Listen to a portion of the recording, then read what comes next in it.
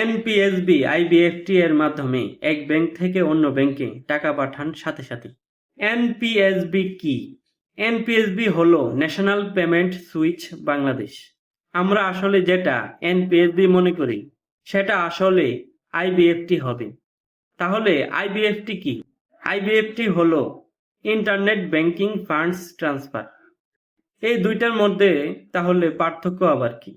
NPSB হলো একটা payment gateway, এর বিস্তৃতি অনেক বেশি, যেমন ATM, POS, Bangla QR, e commerce, merchant point, IBFT, চালান। বুঝতেই পারছেন আইবিএফটি হলো এনপিএসবির একটি অংশ মাত্র। তাহলে ঘটনা হলো এনপিএসবি সিস্টেমে বা এনপিএসবি গেটওয়েতে আইবিএফটির মাধ্যমে আমরা এক ব্যাংক থেকে অন্য ব্যাংকে টাকা পাঠাই। বর্তমানে আইবিএফটি খুবই জনপ্রিয় হয়ে উঠেছে, ভবিষ্যতে আরও জনপ্রিয় হবে, কারণ ব্যাংক, মোবাইল ব্যাংকিং এবং পিএসপি মানে পেমেন্ট সার্ভিস প্রোভাইডার এর মধ্যে আন্তঃ লেনদেনের একটি প্রক্রিয়া শুরু হয়েছে।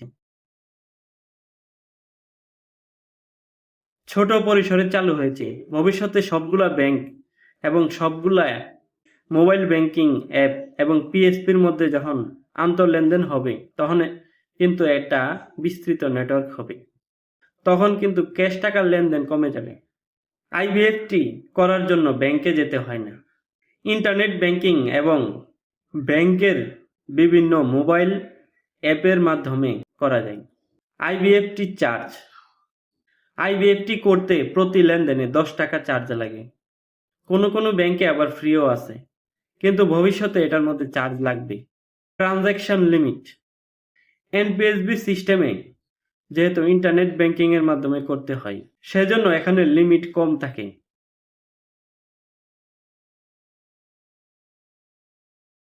এনপিএসবি এর টাইম, এটি আপনি যে কোনো সময় যে কোনো দিন করতে পারছেন যদি সিস্টেমে সমস্যা না থাকে। আইবিএফটি করতে যা যা লাগে: প্রাপকের নাম, ব্যাংকের নাম, অ্যাকাউন্ট নাম্বার। কোনো কোনো ব্যাংকে আবার শাখার নাম এবং শাখার রাউটিং নাম্বারও লাগতে পারে। ব্যাংকিং বিষয়ে কোনো প্রশ্ন থাকলে করতে পারেন। ধন্যবাদ।